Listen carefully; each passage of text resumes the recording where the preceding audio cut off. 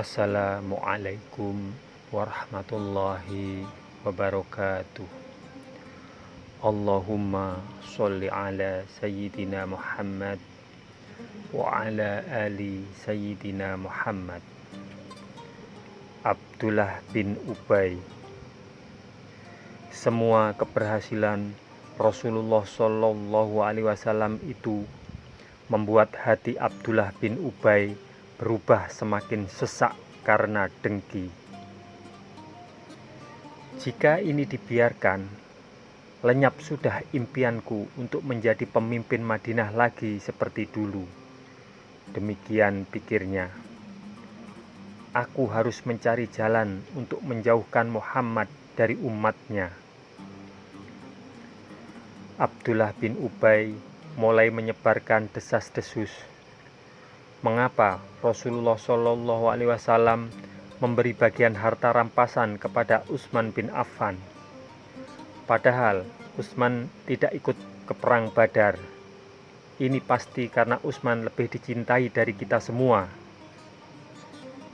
Namun para sahabat Rasulullah Shallallahu Alaihi Wasallam segera mendatangi Abdullah bin Ubay dan memberinya peringatan agar tidak menyebarkan desas-desus.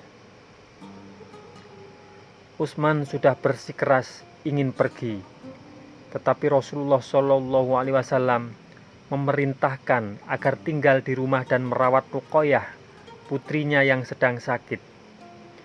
Jadi sebenarnya Utsman juga berhak atas rampasan perang. Demikian kata beberapa sahabat.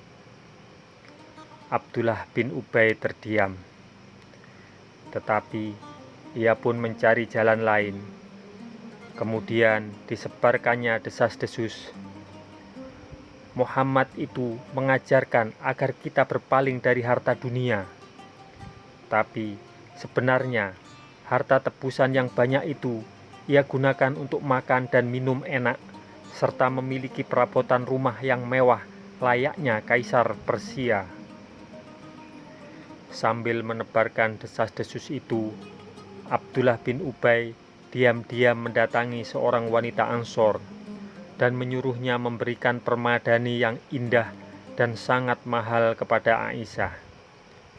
Tanpa ada rasa curiga, Aisyah yang masih muda dan lugu pun menerimanya dengan senang. Ketika Rasulullah Shallallahu Alaihi Wasallam mendengar berita ini, beliau segera pulang dan menemui istrinya. Aisyah yang sedang duduk-duduk di atas permadani yang mahal itu. Wajah Aisyah berseri-seri memiliki perabotan seindah itu. Aisyah, apa ini? Tanya Rasulullah Shallallahu Alaihi Wasallam. Seorang wanita Ansor datang ke sini dan melihat tikarmu, jawab Aisyah. Ia kemudian mengutus orang agar menyampaikan permadani ini kepadaku. Rasulullah Shallallahu Alaihi Wasallam menyuruh Aisyah untuk mengembalikan permadani itu.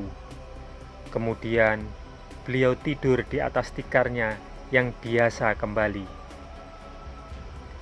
Abdullah bin Ubay walaupun telah menyatakan diri sebagai muslim, dia tetap bersikap keras kepada Rasulullah Shallallahu Alaihi Wasallam dan menganggap Rasulullah tidak adil karena dianggap telah merampas kekuasaannya yang dipegangnya sebelum Rasulullah Shallallahu Alaihi Wasallam datang ke Madinah. Abdullah bin Ubay pun selalu berusaha memalingkan manusia dari ajarannya. Tidur di atas tikar. Umar bin Khattab bergegas mendatangi rumah Rasulullah Shallallahu Alaihi Wasallam. Ia ingin membuktikan bahwa desas-desus yang disebarkan orang tentang Rasulullah Shallallahu Alaihi Wasallam yang memiliki perabot mewah itu sama sekali tidak benar. Ketika Umar sampai di rumah Rasulullah Shallallahu Alaihi Wasallam, sama sekali tidak dilihatnya perabot-perabot mewah yang didesas-desuskan itu. Rumah Rasulullah Shallallahu Alaihi Wasallam tetap seperti dulu, tidak ada sama sekali yang berubah. Mengetahui Umar bin Khattab datang, Rasulullah Shallallahu Alaihi Wasallam bangun dari atas tikarnya. Seketika itu, Umar melihat bekas-bekas tikar yang kasar membekas pada tubuh Rasulullah Shallallahu Alaihi Wasallam. Tidak kuat menahan haru, akhirnya Umar menangis. Rasulullah Shallallahu Alaihi Wasallam berpaling heran lalu bertanya lembut, "Ya Umar, apa yang menyebabkan engkau menangis? Bagaimana aku tidak akan meneteskan air mata jika aku melihat bekas-bekas tikar itu melekat pada tulang rusukmu? Hanya inilah harta kekayaanmu yang aku tahu, sedangkan Kaisar Romawi dan Persia hidup dalam gelimangan harta benda." Rasulullah Shallallahu Alaihi Wasallam merasakan betul kesedihan Umar. Beliau lalu menghibur Umar dengan memberikan pelajaran bahwa nilai seseorang tidaklah ditentukan oleh harta kekayaan yang dimilikinya, tetapi tergantung pada kemampuannya untuk menyebarkan kebahagiaan kepada orang lain. Kebajikan akan membuat seseorang menjadi kekal. Orang yang terus-menerus melakukan kebaikan akan menghasilkan buah kebaikan pula untuk selama-lamanya. Sabda Rasulullah Shallallahu Alaihi Wasallam agar kita selalu bersyukur. Apabila di antara kamu sekalian melihat orang yang dianugerahi harta dan rupa, maka hendaklah ia melihat orang yang lebih rendah dari mereka, karena hal itu lebih pantas agar kamu tidak merasa kekurangan nikmat yang Allah berikan kepadamu.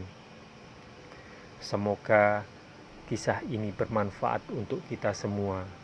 Wassalamualaikum warahmatullahi wabarakatuh.